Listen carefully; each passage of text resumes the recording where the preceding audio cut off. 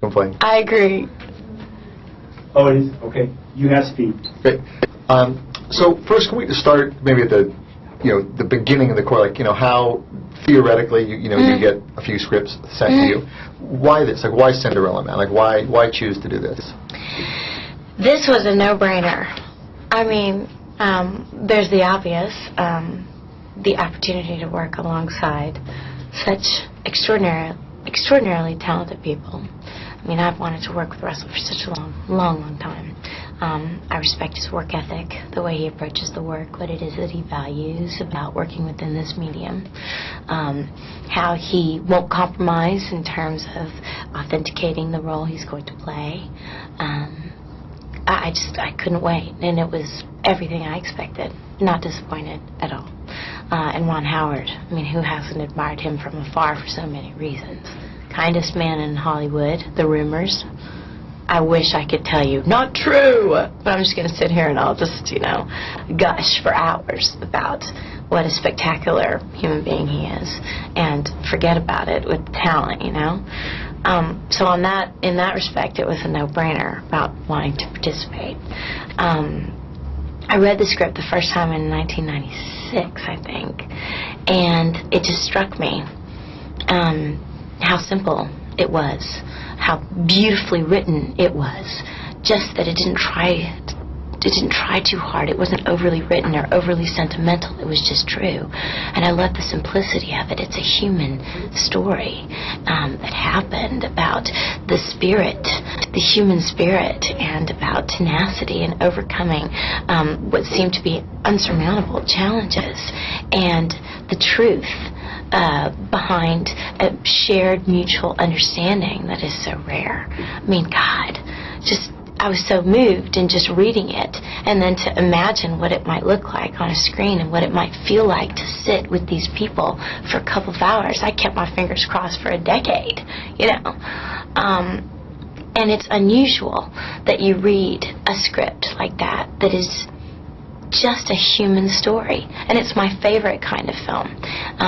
As a medium, I think that film is so powerful in terms of what it can inspire in an audience member and a person sitting there watching me, a lover of film. I love to go to the movies and forget where I am and learn something about myself because I'm feeling something new, or that it inspires me to try to do something when I leave or change something, or I love that about this medium.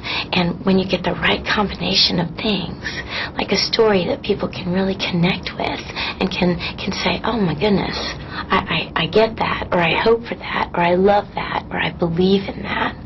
I think there's no telling where it can take you.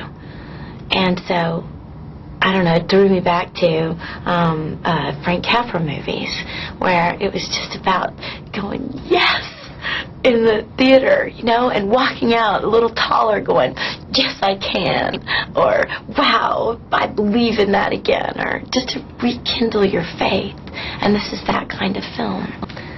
And why? And just I'm going to jump ahead a little bit with my train of thought before, but why is that?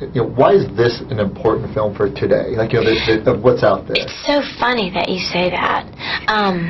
I was sad to see the trend changing in the last decade, that it had to become more sensational, that it had to become more technologically advanced, because it's what appeals to me. I love it. I mean, there's not one good kind of candy. Do you know what I mean? I'd love to experience the different genres of film. I'm going to run to go and see the Star Wars myself. I've been a fan since, I have memories.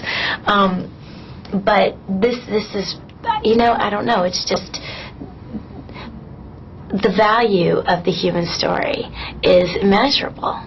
I mean, in terms of what it can make you feel. And I don't know, it's just sad to see that we were moving away from that trend in the last decade. That people are scared to make stories that you can't say, oh, it's about this, and oh, wait till you see this crash up scene with the plane and the thing, and we have this effect and that effect, and that's all great, I love it. But what I love most is to be, not just hit visually, but to be hit in here. I think that's where film is its most powerful, and this is that kind of movie, you know? That's great. Can we just for, you know, the basics, I guess, can you just talk about like who May is, who's your character and how she fits into the story and why, you know, she's Sure. important to Jim Braddock's character Sure. and all those things? Can I go back to Yeah, something you absolutely. asked before? You had talked about the timing of the release Yeah. of this film, and it's really interesting because not just in terms of what's available, you know, in the cinema today, but it's different because it's a simple, true story that you can connect with.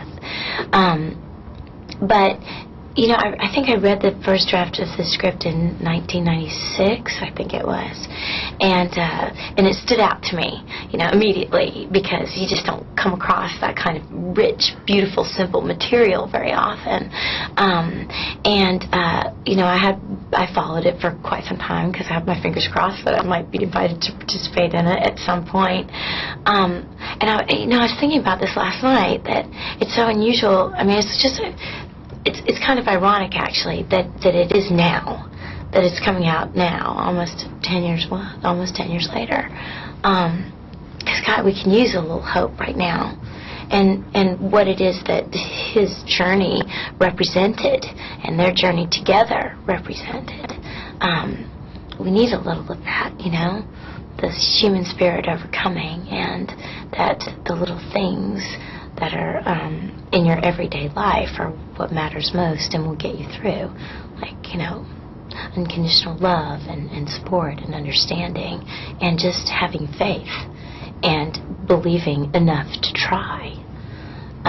It gives you hope. And I'm so glad that this film is coming out now, because, boy, we could use some hope. Yeah. You know? A lot. And we could use a little rekindled faith, you know? A little hope. Yeah. Which is good. It's so true, and it's so great about it, actually. And I'm sorry. So And May, right. like just who, like, you know, May, and, you know, Sure. your character and how you fit in the story. Yeah, just okay. The basics. Yeah, you know. sure. You know, I guess about 6 months ago, people started asking about May already, and they said, well, who is she? And I said, well, she's Jim Braddock's wife. Yeah, but what does she do? And what does your character do? And who is she? And I say, no, that's it. You know, she's part of this beautiful thing that doesn't work without her, you know. And I mean, I love it. I love what it is that they share. I love this quiet understanding that they have together.